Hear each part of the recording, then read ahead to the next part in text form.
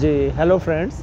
आज के इस व्लॉग में हम यूके स्टडी वीज़ा के बारे में बात करेंगे। दोस्तों, इस व्लॉग में मैं आपको सारा प्रोसेस एक्सप्लेन करूंगा स्टेप बाय स्टेप, जो कि आपकी एप्लीकेशन से लेकर वीज़ा होने और यूके पहुंचने तक है। आपको इस प्रोसेस में किसी एजेंट की, किसी मिडलमैन की कोई ज़रूरत नहीं है। आप ये वीडियो बगौर देखें शुरू से आखिर तक। इससे आपको फ़ायदा ये होगा कि न सिर्फ आपका वक्त बचेगा, बल्कि लाखों रुपए जो आप किसी एजेंट की जेब गर्म करने के लिए देंगे, वो आप अपनी फ़ीस के लिए या अपने और किसी पर्सनल मकसद के लिए आप यूज़ कर सकते हैं। तो बात यह है फ्रेंड्स कि जब आप यूके स्टडी वीज़ा प्लान करें तो उसके लिए ज़रूरी है कि आप पहले थोड़ा सा होमवर्क कर लें। ये होमवर्क हमने एप्लीकेशन देने से पहले और प्रोसेस देने से पहले करना है। सबसे पहली चीज़ जो आपने चेक करनी है वो ये है कि आपके पास एक वैलिड पासपोर्ट होना चाहिए। जब हमने वैलिड पासपोर्ट की बात की है तो ये वो पासपोर्ट है जिसके ख़त्म होने में कुछ चंद महीने नहीं रह गए। अगर तो आप अभी अप्लाई करने लगे हैं तो वेल एंड गुड, आपको मतलब जितनी पॉसिबल मुद्दत का आपको मिलता है पासपोर्ट, आप उसको अप्लाई करें और लें। अगर आपको कोई रश नहीं है तो आप ऑर्डिनरी पासपोर्ट अप्लाई कर दें। आपको अर्जेंट लेने की ज़रूरत नहीं है कि आप ज़्यादा खामखा पैसा पे करें। आप उधर अपनी थोड़ी सी सेविंग करें, क्योंकि वो थोड़ा सा फिर ज़्यादा पैसा ले लेते हैं जो उनको कोई अर्जेंट चाहिए होता है। जब आपका पासपोर्ट रेडी हो जाए तो उसके साथ ही आपने मेक श्योर करना है कि आपकी सारी डिग्रीज़, जो कि स्कूल, कॉलेज, यूनिवर्सिटी की डिग्रीज़ हैं और उनके ओरिजिनल ट्रांसक्रिप्ट हैं, ये सब आपके हाथ में होने चाहिए। आप इस पे वर्क शुरू कर दें। आप उन डिपार्टमेंट्स में जाएं, अपने यूनिवर्सिटी कॉलेज में जाएं, इसको फॉलो करें और सारे अपने डॉक्यूमेंट्स इकट्ठे कर लें आप। इससे फ़ायदा ये होगा कि जब आप एप्लीकेशन प्रोसेस करेंगे तो आपका टाइम वेस्ट नहीं होगा। हर चीज़ आपके पास ऑलरेडी मौजूद होगी। आप बस बेसिकली आपने उसको अटैच करना होगा और आगे दे देना होगा। क्योंकि ऐसा होता है कि कुछ लोगों ने, हमें पता चला है कि जब अप्लाई कर दिया फिर वो डिग्रीज़ के पीछे भाग रहे हैं, यूनिवर्सिटी ट्रांसक्रिप्ट मांगती है, आपका टाइम वेस्ट होता है और वो जो एक टाइम होता है वो निकल जाता है। फिर वो कहते हैं जी सॉरी, इस साल का तो एडमिशन फुल हो गया, अब आप नेक्स्ट ईयर ही आएंगे। तो आपका टाइम वेस्ट होने से इससे बच जाएगा।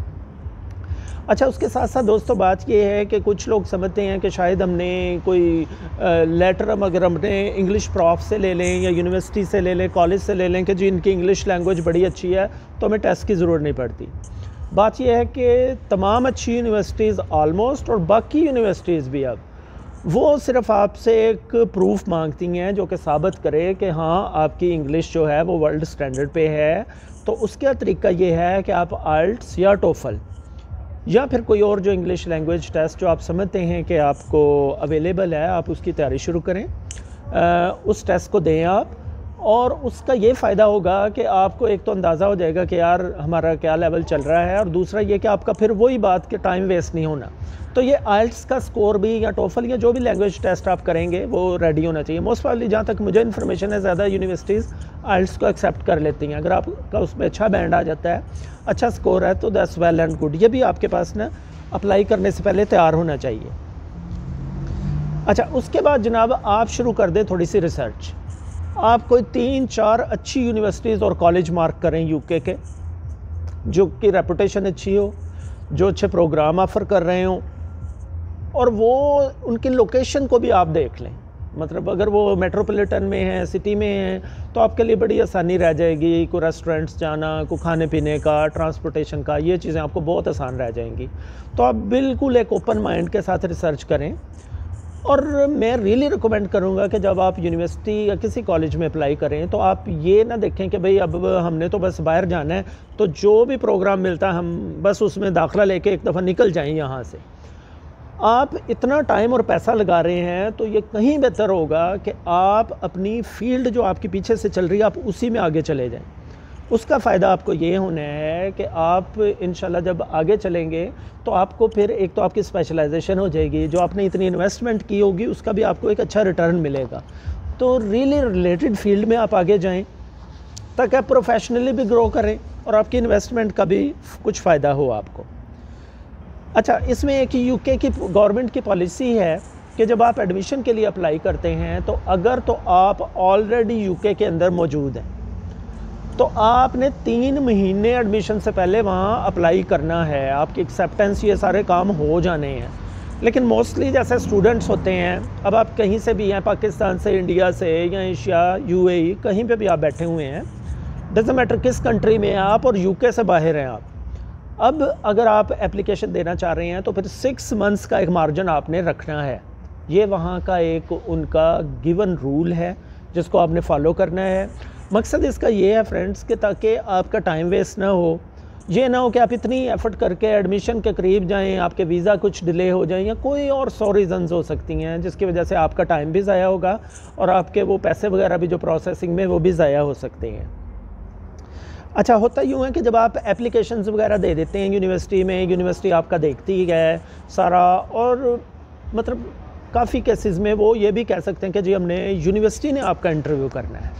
उनके एडमिशन ऑफिसर कहते हैं जी हम आपसे कुछ बात करना चाहते हैं ताकि हम देखें कि आपका क्या एप्टीट्यूड है, आप किस लेवल के हैं।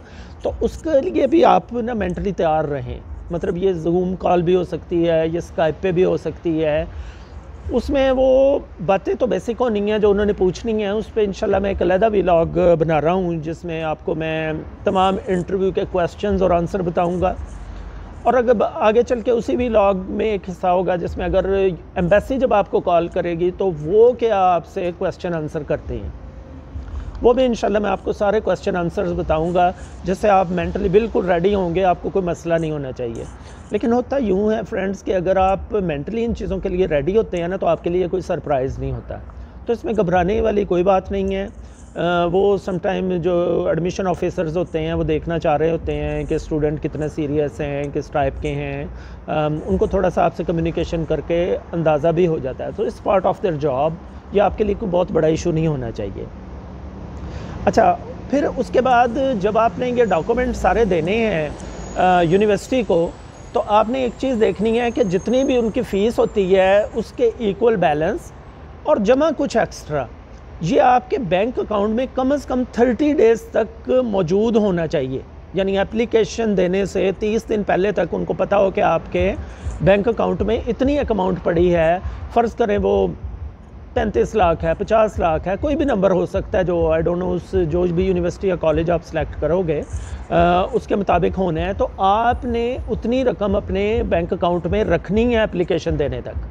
अब ये रकम बाद में बेशक आप इधर उधर कर लें, कहीं एडजस्ट कर लें, या जो भी आपके प्लान है अपने फैमिली से ली है या जैसा भी आपने करना है वो बात की बातें हैं। लेकिन एप्लीकेशन देने से बैकवर्ड 1 मंथ आपके ये जहन में रहना चाहिए कि मिनिमम वो इतना अकाउंट में आपके वो पैसा पड़ा हो।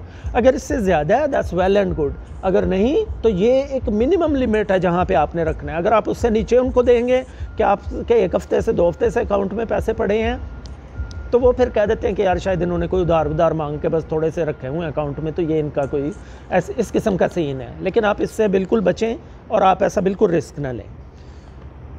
अच्छा, फ़र्स्ट टाइम जब आपने प्रोग्राम के लिए अप्लाई करना है तो आपने एप्लीकेशन के साथ अपनी जब उनको आपका फर्दर कॉरेस्पॉन्डेंस होनी है तो आप पहली टर्म की फ़ीस जमा करवा दें। ठीक है जी। होना उससे ये है कि आपकी एप्लीकेशन बिल्कुल कंसोलिडेट हो जाएगी। उनको पता चल जाना है कि यार ये बंदा सीरियस है, इन्होंने में 1 टर्म की तो फ़ीस ऑलरेडी दी हुई है, ये बिल्कुल प्लान कर रहे हैं, पीछे से इनकी एजुकेशन भी ऐसे चल रही है, तो ये एक सीरियस कैंडिडेट हैं। इसका फ़ायदा जो आपको होना है ना वो होना है जब आपका वीज़ा लगना है, क्योंकि उन्होंने उसी वक्त देख लेना कि आप एक सीरियस कैंडिडेट हैं, आपने जनाब ये सब काम किए हुए हैं, तो वो आपको इंशाल्लाह उसी वक्त वीज़ा दे देंगे। अच्छा, उसके बाद जो है ना आपको मैं एक चीज़ बताऊं कि जब आप ये सारी प्रोसेसिंग कर रहे होते हैं तो यूके में एक सिस्टम है, इनका अपना एक हेल्थ सिस्टम है। तो आप बेसिकली इनकी हेल्थ इंश्योरेंस भाई आपको करनी होती है। ये सारे स्टूडेंट्स के लिए लाजमी है, डज़न्ट मैटर आप पाकिस्तान, इंडिया कहाँ से आ रहे हो, ये उन्होंने एक रिक्वायरमेंट रखी है। ज़रा अगर वहाँ पे आपके खुदा न खास्ता आपको कोई ज़रूरत पड़ती है, कोई आपका हेल्थ का इशू है, कोई बुखार हो जाता है, कुड बी एनीथिंग, तो आप उस इंश्योरेंस के कवर्ड होते हैं। बेसिकली ये आपके भी एडवांटेज में चीज़ जा रही होती है। तो इस साल की जो फ़ीस रखी गई है इंश्योरेंस की वो 470 पाउंड्स 1 ईयर की है। तो आप ये अपना जहन में एक बजट रखें। अगर आपका 2 साल का प्रोग्राम है तो 470 मल्टीप्लाई बाई 2 कर दें। 4 ईयर्स का प्रोग्राम है 470 मल्टीप्लाई बाई 4 कर दें। और अगर लेट्स से कोई आप इन बिटवीन वहाँ पे कोई पड़ रहा है टाइम के, जैसे 6 मंथ्स है, तो इसको फिर हाफ़ कर दें, जो कि 235 पाउंड बनेगा आपका ना। तो ये आपने हेल्थ इंश्योरेंस लाजमी वहाँ पे बाई करनी होती है। अच्छा दोस्तों, जब ये सारा हो जाएगा आपका प्रोसेस, आपने एप्लीकेशन दी, यूनिवर्सिटी ने इंटरव्यू किया, आपका सारा हो गया, उन्होंने आपको एक ऑफ़र लेटर भेज दिया, उन्होंने कहा कि जी अब ये आपका कोर्स जो है ना ये शुरू होने वाला कोर्स है। तो अब वक्त आ जाएगा कि आपने एम्बेसी में अपॉइंटमेंट करनी है। तो एम्बेसी जो है वो हर मुल्क के डिफरेंट कौंसलेट होते हैं जहाँ पे इनकी अपॉइंटमेंट सेटअप होती है। जो पाकिस्तान में कौंसलेट हैं वो इस्लामाबाद में है, इनका मेन है। इनका लाहौर में भी ऑफिस है, कराची में भी है, और मैंने सुना है कोई कश्मीर में, शायद मीरपुर में इन्होंने एक बनाया है। तो आप किसी भी सेंटर पे अपॉइंटमेंट सेट कर लें, जो आपका टाइम फ्रेम बनता है, जो आपको टाइम सूट करता है, उसके मुताबिक आप वहाँ पे जाएं और जाके अपना जब भी वो दे देंगे आपको दिन, तो उस दिन आपने अपने डॉक्यूमेंट्स के साथ, जो कि आपका ऑफ़र लेटर, ये सारे जो मैंने आपको पीछे डॉक्यूमेंट्स बोले हैं, ये सब आपने इकट्ठे करके तो उस अपॉइंटमेंट पहले दिन उस एम्बेसी पहुँच जाना है वीज़ा के लिए। ठीक है जे जिस तरह हमने केस तैयार किया है और आपने सारे डॉक्यूमेंट लगाए होंगे, ऑफ़र लेटर साथ लगा होगा, पहली टर्म की फ़ीस पे हो गई है, इंश्योरेंस पे हो गई है, एवरीथिंग सीम्स ओके, तो बहुत चांस है दोस्तों कि 99.99% आपको वीज़ा मिल जाना है। आपको बिल्कुल फ़िक्र करने की ज़रूरत नहीं है। वो इस मामले में काफ़ी लीनियंट है। मैंने देखा जो ब्रिटिश कॉन्सुलेट हैं उनको पता चल जाता है कि ही और she is a serious candidate, इनका बिल्कुल पक्का उधर पढ़ने का इरादा है और बिल्कुल ये पढ़ने जा रहे हैं। और यूके में बाय द वे वैसे बहुत लोग पढ़ने आते हैं, बहुत ज़्यादा स्टूडेंट वहाँ पर पूरी दुनिया में आते हैं। यूके का एक बहुत बड़ा नाम है दुनिया में, यहाँ की यूनिवर्सिटीज़ का बड़ी अच्छी रेपुटेशन है इनकी। तो उसके बाद आपने वहाँ पे चले जाने। तरीका उनका ये है कि मोस्ट प्रोबेबली उन्होंने शुरू किया हुआ है कि आपको वो 3 से 4 वीक्स का वो टाइम जो है उसमें वीज़ा उन्होंने दे देना होता है। तो आपको वो कह देते हैं कि जी आपको कोरियर की फ़ीस जमा करवा दें हमें, हम आपके घर या आपका पासपोर्ट विद स्टैंप डिलीवर कर देंगे। तो उसकी जो फ़ीस है वो कोई आप 5 से 10 हज़ार रुपया बस अपनी जेब में रख के चले जाएँ। तो उसके बाद आप वहाँ पे ये सारे डॉक्यूमेंट्स देंगे और साथ अपनी वो दे देंगे पैसे उनको कोरियर के, तो आपके घर ये 3 या 4 हफ्ते में डिलीवर हो जाएगा वीज़ा विद पासपोर्ट। अच्छा, उसके बाद ये है कि अगर आपके साथ कोई आपके डिपेंडेंट जा रहे हैं, आपके स्पाउस हैं, इफ़ यू आर मैरिड, आपके इवन चिल्ड्रन भी हैं, तो वो भी साथ ही एप्लीकेशन देंगे कि उन्होंने आपके साथ जाना है। तो जब ये आपकी अपॉइंटमेंट होनी है तो इन लोगों ने भी साथ जाना है। अभी ये कुछ सुनने में आ रहा है कि इनकी थोड़ी सी ज़्यादा वो शायद दिन ले लेती है एम्बेसी वीज़ा लगाने में, लेकिन मोस्ट प्रोबेबली इतने दिन में वो आपको हो जाएगी आपकी प्रोसेसिंग। तो दोस्तों बात ये है, आप ये सारे स्टेप फॉलो करें। मैं प्रीटी श्योर हूँ कि इस पे अगर आप करें तो आप बिल्कुल आपका एडमिशन भी आराम से हो जाएगा और आप चले भी आराम से जाएंगे। मेरे सोशल सर्कल में ऐसे हैं लोग जिन्होंने इस तरीके को फॉलो किया है। कोई उन्होंने किसी को पैसा नहीं दिया, 1 पाउंड भी नहीं किसी को दिया, ये प्रोसेस फॉलो किया है और उनके बड़े आराम से वीज़े लगे हैं और वो यूके चले गए हैं। तो दोस्तों इंशाल्लाह आपको मैं अगले व्लॉग में इंटरव्यू क्वेश्चंस और आंसर्स के बारे में भी बताऊंगा जो कि यूके वीज़ा स्टडी के लिए बहुत ज़रूरी हैं।